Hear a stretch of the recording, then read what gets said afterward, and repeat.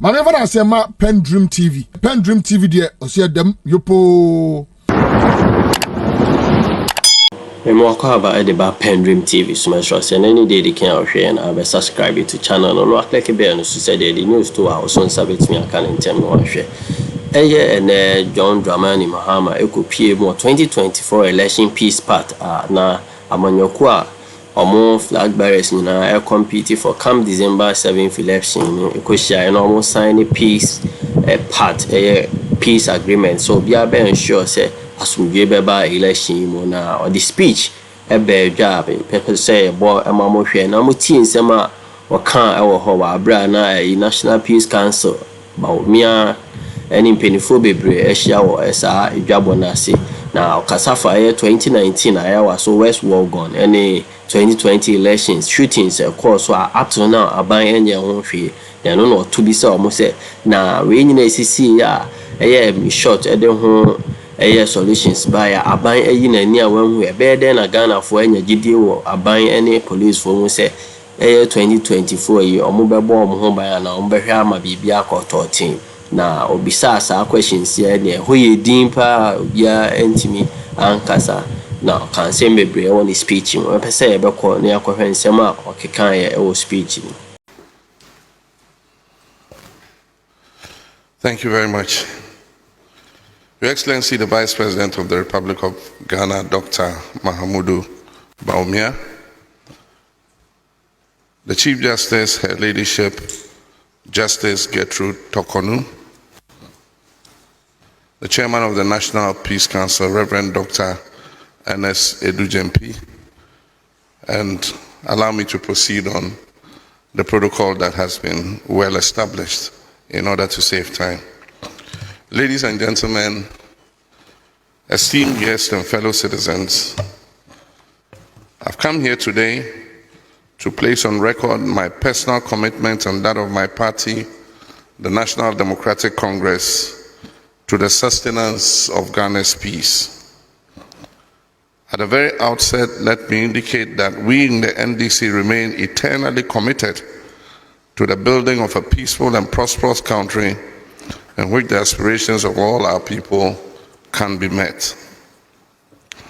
Our active participation in this event is an indication of its importance in the overall effort to guarantee peace and ensure the preservation of our nation in the aftermath of the upcoming elections. We cannot emphasize enough the importance of maintaining peace throughout this process, before, during, and after. Peace is the foundation upon which our democracy is built, and it is essential that we preserve it even during these critical times. We're all too aware of the devastating consequences of electoral violence in other countries. We cannot afford to traverse that same path. As patriotic citizens, we have a collective responsibility to ensure that our country remains a beacon of peace and stability in our sub-region, and we in the NDC stand prepared to play our parts to achieve this. As citizens, we must recognize that our actions have consequences. While some verbal jousting is to be expected in our daily politicking, divisive language, hate speech, and inflammatory rhetoric that can incite violence should have no place.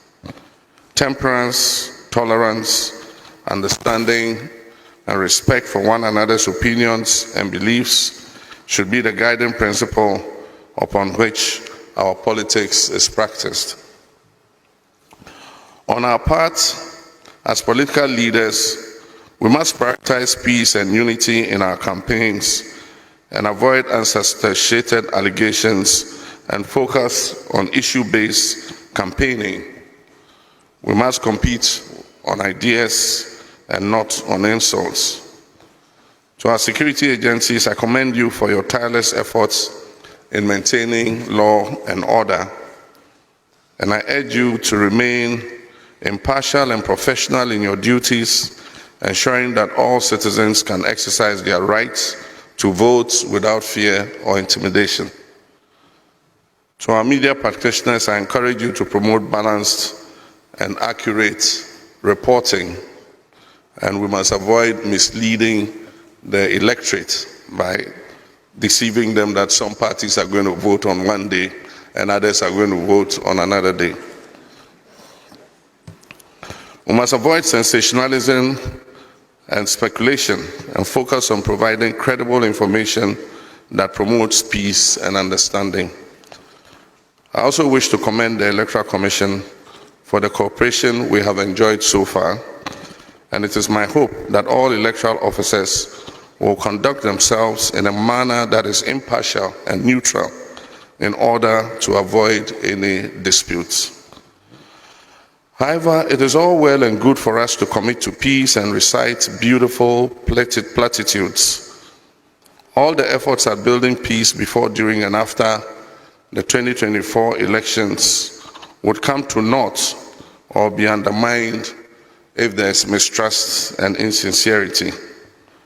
Mistrust is built through a mismatch between words and gaslighting on the part of those in authority. There is reason to be concerned that the signing of this pact, though well-intentioned, could amount to nothing if it is not followed by concrete actions to guarantee the peace by the stakeholders and government. Events and happenings during the last election and during the Awaso West Wuogon by-election create considerable doubts about the genuineness of some of the commitments that we might make today. We all recall the appalling spectacle of mass men acting on the orders of operatives of government, shooting indiscriminately at innocent Ghanaians, going about their legitimate electoral activity during that by-election. Some of the victims of that shooting incident remain incapacitated up till now. The refusal by government to act on the recommendations of the Emil Short Committee do not inspire confidence in Ghanaians that government truly believes in peace. Again, the inaction of government in the face of the murder of 8 of our citizens during the last election casts a shadow of doubt on government's commitment to maintain the peace. How are we to believe that such killings will not reoccur during this election as well? There also remains the vexed question of the use of thugs dressed in security service uniforms to intimidate and brutalize citizens during elections.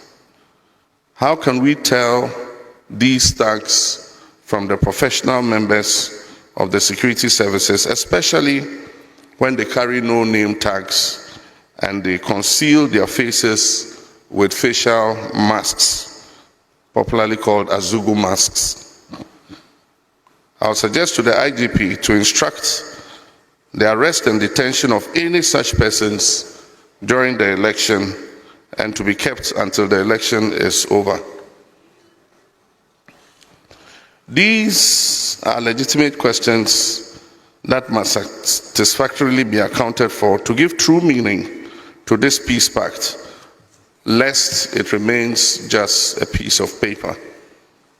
We in the NDC have in the recent past expressed the above reservations, and we look forward to hearing conclusively on the steps taken to address these. In conclusion, let us all pledge to promote peace during these elections. Let us work together to create an environment that is conducive for free, fair, and peaceful elections. We owe it to ourselves, to our children and future generations to preserve the peace and stability that our dear country Ghana has enjoyed for so long. God bless our homeland Ghana. I thank you.